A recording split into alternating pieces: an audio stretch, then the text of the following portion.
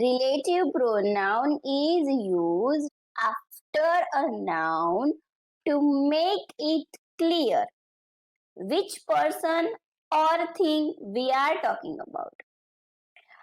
Relative pronoun છે એ શું કરે છે? રિલેટ કરે છે. કોની સાથે રિલેટ કરે છે? નાઉન સાથે. નાઉન સાથે રિલેટ કરે છે એટલે કે એ આપણને બતાવે છે કે આપણે કયા પર્સન, આપણે કોઈ પર્સન વિશે વાત કરી રહ્યા છીએ કે કોઈ થિંગ વિશે વાત કરી રહ્યા છીએ. હવે રિલેટિવ જે પ્રોનાઉન છે એમાં એને આપણે ક્યારેક રિલેટિવ ક્લોઝ તરીકે પણ ઓળખીએ છીએ. અને લોકોને કન્ફ્યુઝન હોય છે કે કયા વર્ડ સાથે કઈ સિચ્યુએશનમાં કયો વર્ડ યુઝ કરવાનો, કયો પ્રોનાઉન યુઝ કરવાનો, હું વાપરવું કે પછી હુઝ યુઝ કરવું કે પછી વેન વાપરવું. આપણે પણ ઇન્ફોર્મેશન જ્યારે બીજાને આપતા હોઈએ છીએ ત્યારે ક્યારેક આપણે કોઈ પર્સન વિશે વાત કરીએ છીએ, ક્યાં તો પછી કોઈ ઓબ્જેક્ટ વિશે વાત કરતા હોઈએ છીએ, ક્યારેક એમની માલિકીની કોઈ વસ્તુ હોય એના વિશે વાત કરતા હોય છે, અથવા તો કોઈના પોતાના સંબંધીઓ વિશે વાત કરી રહ્યા હોઈએ છીએ.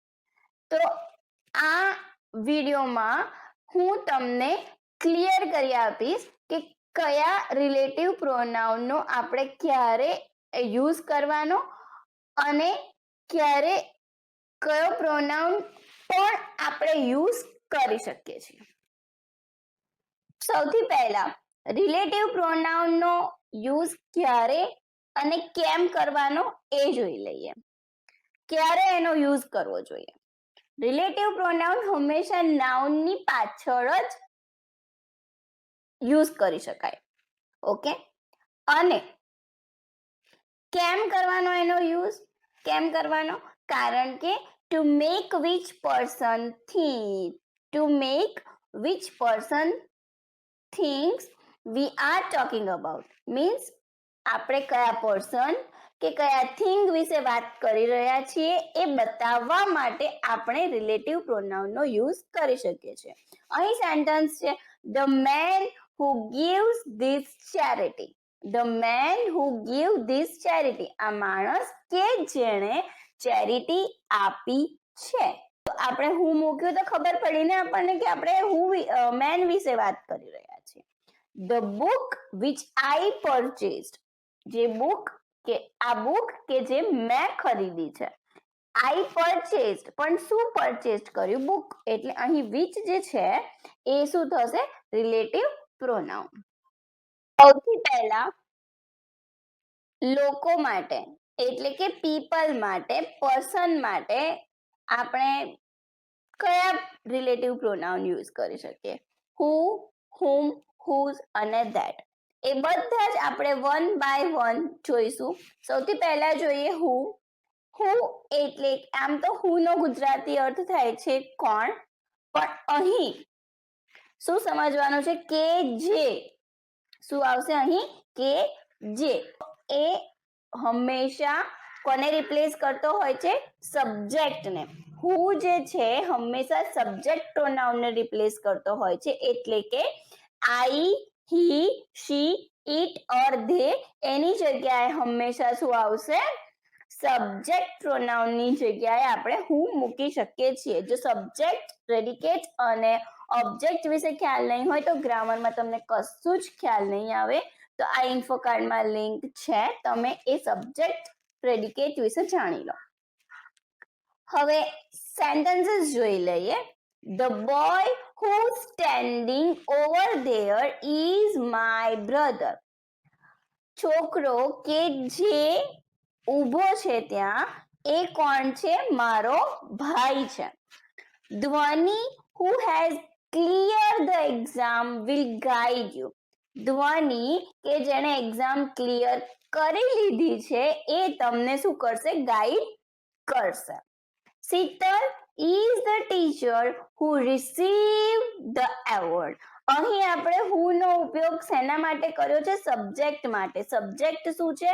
સેન્ટેન્સની સ્ટાર્ટિંગમાં જે પણ નાઉન હોય છે it is called a subject. Subject એટલે કે જેના વિશે વાત કરવામાં આવી છે. અહીં આ સેન્ટેન્સમાં શીતલ વિશે વાત કરવામાં આવી છે, તો એ શું થશે? સબ્જેક્ટ થશે. હવે જ્યારે લોકો વિશે વાત કરતા હોય, પીપલ વિશે વાત કરતા હોઈએ, ત્યારે સેકન્ડ યુઝ થાય છે whom. અને whom એનો પણ અર્થ કે જે જ થાય છે ગુજરાતીમાં. અને આપણે whom જે છે ઓબ્જેક્ટ પ્રોનાઉન ને રિપ્લેસ કરવા માટે આપણે whom નો યુઝ કરી શકીએ છીએ. સચ એઝ કયા? મી, હર, હિમ, અસ અને ધેમ. આ શું છે? બધા ઓબ્જેક્ટ છે. તો આ ઓબ્જેક્ટ પ્રોનાઉન ને આપણે રિપ્લેસ કરી શકીએ whom થી. સેન્ટેન્સીસ જુઓ.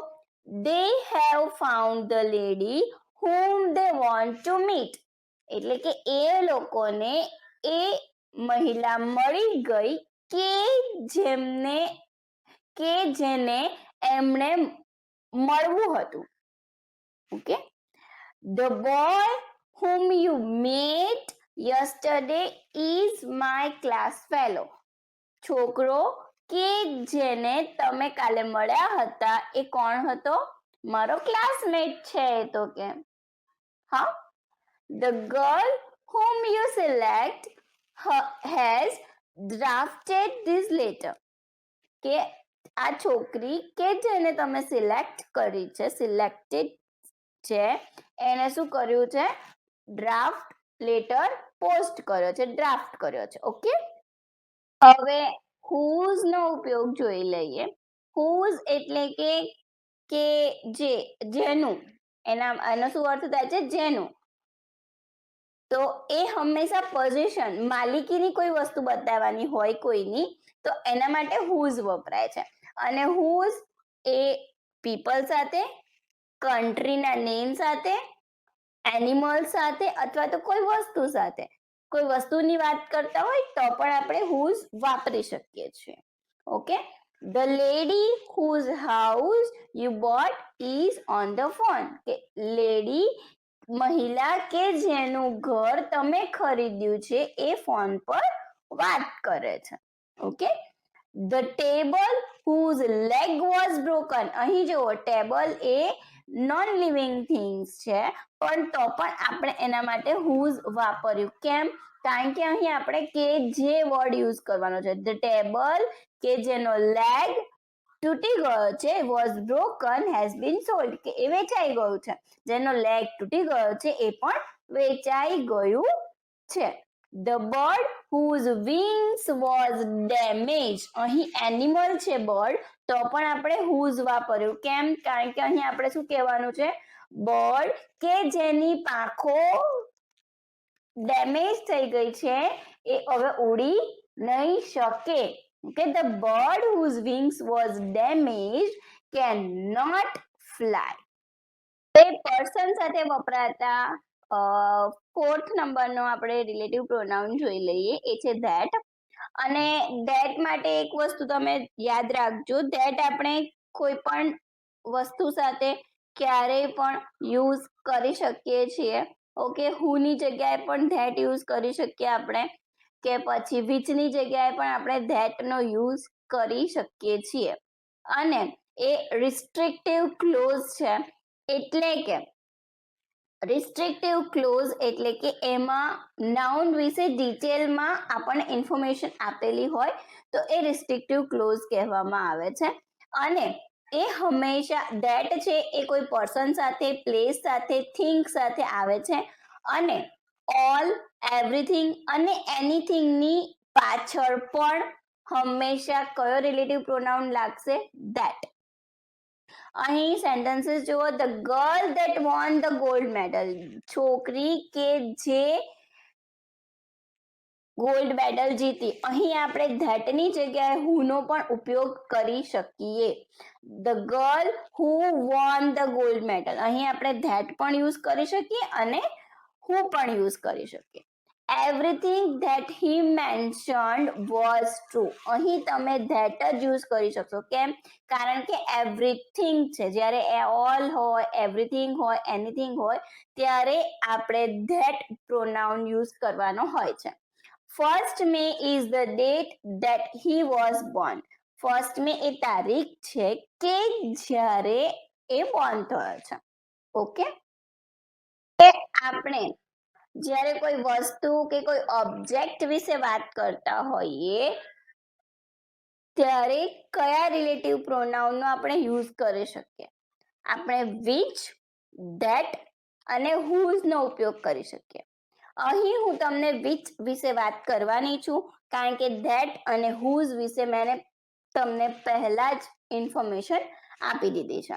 ઓકે, તો which ક્યારે વપરાય? which એ કોઈ એનિમલ કાં તો કોઈ થિંગ વિશે વાત કરતા હોઈએ, આપણે કોઈ વસ્તુ વિશે વાત કરતા હોઈએ ત્યારે આપણે which નો ઉપયોગ કરી શકીએ છીએ. She loved her watch which her mother had gifted. અહીં આપણે કોના વિશે વાત કરી? વોચ વિશે. વોચ એ નિર્જીવ વસ્તુ છે તો એના પાછળ આપણે હંમેશા which વાપરી શકીએ. who યુઝ ના કરાય, whose પણ ના વપરાય. અહીં કોઈ નિર્જીવ ઓબ્જેક્ટ હોય, કોઈ એનિમલ હોય તો હંમેશા which નો જ યુઝ થાય. The bird which sings sweetly is flying about. કે બર્ડ કે જે મસ્ત ગાઈ રહ્યું છે એ શું? ઉડી ગયું. Okay, the train which we traveled was a fast one. કે ટ્રેન કે જેમાં અમે ટ્રાવેલ કરતા હતા એ એકદમ કેવી હતી? ફાસ્ટ હતી. હવે જ્યારે કોઈ પ્લેસ વિશે આપણે વાત કરતા હોઈએ, પ્લેસ નાઉન તરીકે હોય તો એના માટે કયો પ્રોનાઉન યુઝ કરી શકીએ આપણે? વેર. અને વેર છે હંમેશા કોઈ પ્લેસ ને બતાવતું હોય છે, શો કરતું હોય છે. સેન્ટેન્સ જુઓ, this is the house where I was born. આ એક ઘર છે કે જ્યાં મારો જન્મ થયો હતો. જગ્યા બતાવી, પ્લેસ બતાવ્યું છે. અહીં હાઉસ એ એક જગ્યા છે તો એના માટે આપણે વેર યુઝ કર્યું. Second, the office where my father work is at the corner. Office કે જેમાં મારા પપ્પા કામ કરે છે એ ક્યાં છે? ત્યાં કોર્નર પર છે. ઓકે, તો અહીં પણ આપણે જગ્યા બતાવી છે, આપણે ઓફિસની જગ્યા બતાવી છે તો એના માટે પણ શું યુઝ? ઓફિસ એ એક જગ્યાનું નામ છે તો જ્યારે નાઉન તરીકે કોઈ પ્લેસ હોય તો ત્યારે આપણે વેર નો યુઝ કરીશું પ્રોનાઉન તરીકે. ત્યારે આપણે નાઉન કોઈ ટાઈમ હોય, મતલબ કે કોઈ ટાઈમ પીરિયડ હોય અને એ ટાઈમ પીરિયડને આપણે જ્યારે પ્રોનાઉન ત્યારે આપણે કયો રિલેટિવ પ્રોનાઉન યુઝ કરીએ છીએ? વેન. કેમ? વેન એ ટાઈમ શો કરે છે કાં તો પછી કોઈ ટાઈમ પીરિયડ ઓફ ટાઈમ બતાવે છે. જેવી રીતે કે like a day, year, week એ બધું જ્યારે આવ્યું હોય ત્યારે આપણે વેન યુઝ કરી શકીએ. અહીં જુઓ sentence, she lived in Delhi when I meet her. એ ક્યાં રહેતો હતો? દિલ્હીમાં રહેતો હતો જ્યારે રહેતી હતી જ્યારે હું એને મળી. એટલે એ અહીં શું બતાવ્યું છે? એ ટાઈમ પીરિયડ બતાવ્યો છે કે જ્યારે હું એને મળી ત્યારે એ ત્યાં રહેતી હતી. Please inform me when you reach Jaipur.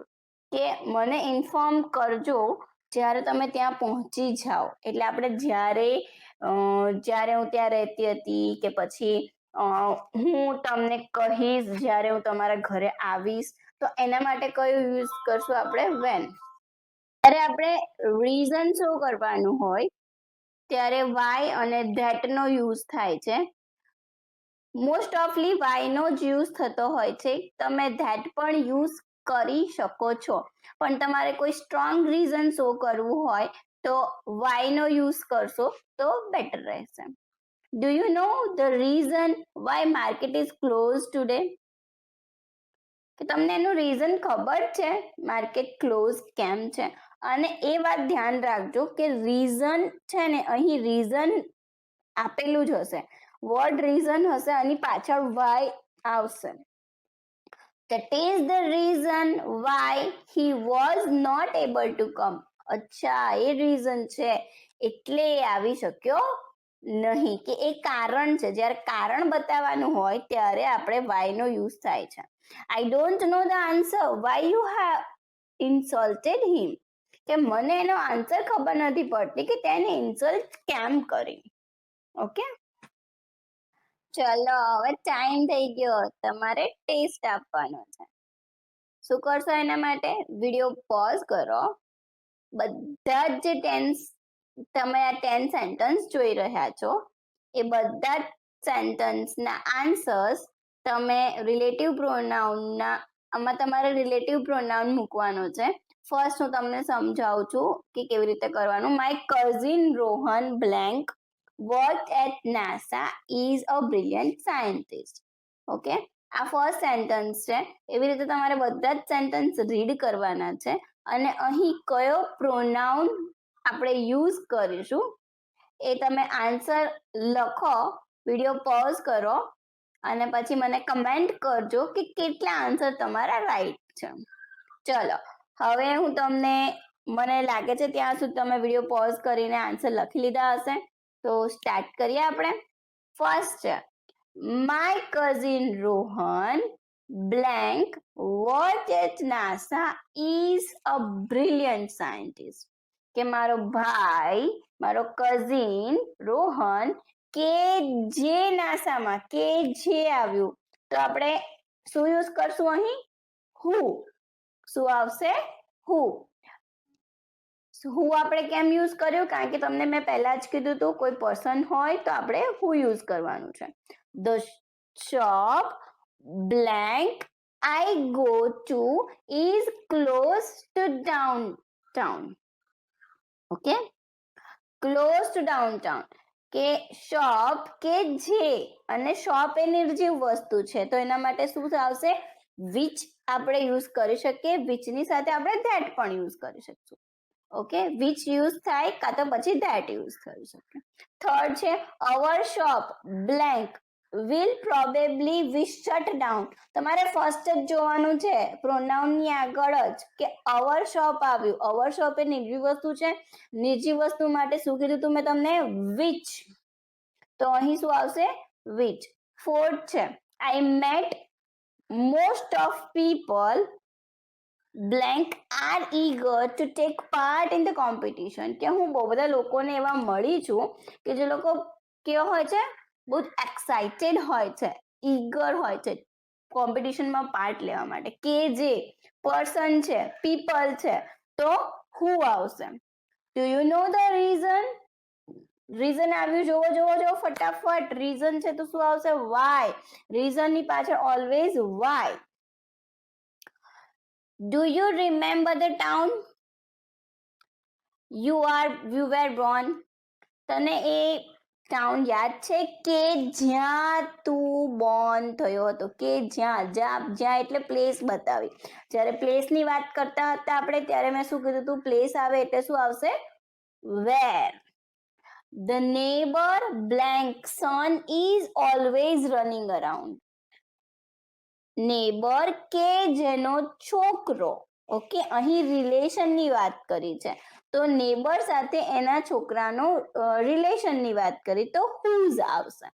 7 where is the box blank came in the mail.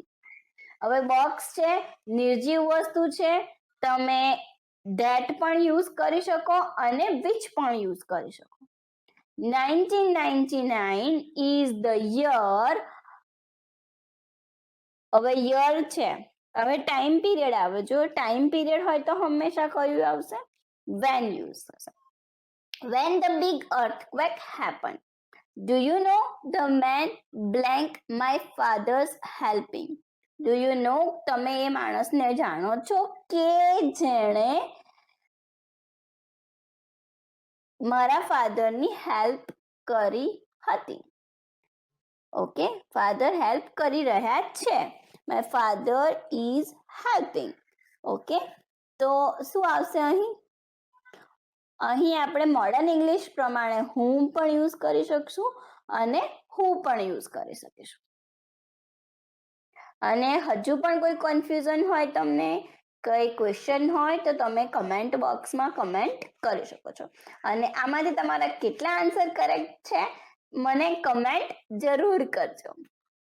Thank you મારો વિડીયો જોવા માટે આભાર અને જો સબસ્ક્રાઇબ ના કરી હોય ચેનલ હજી સુધી પણ તો સબસ્ક્રાઇબ કરી દેજો જેથી મારા લેટેસ્ટ વિડીયોની લિંક્સ તમને મળતી રહેશે.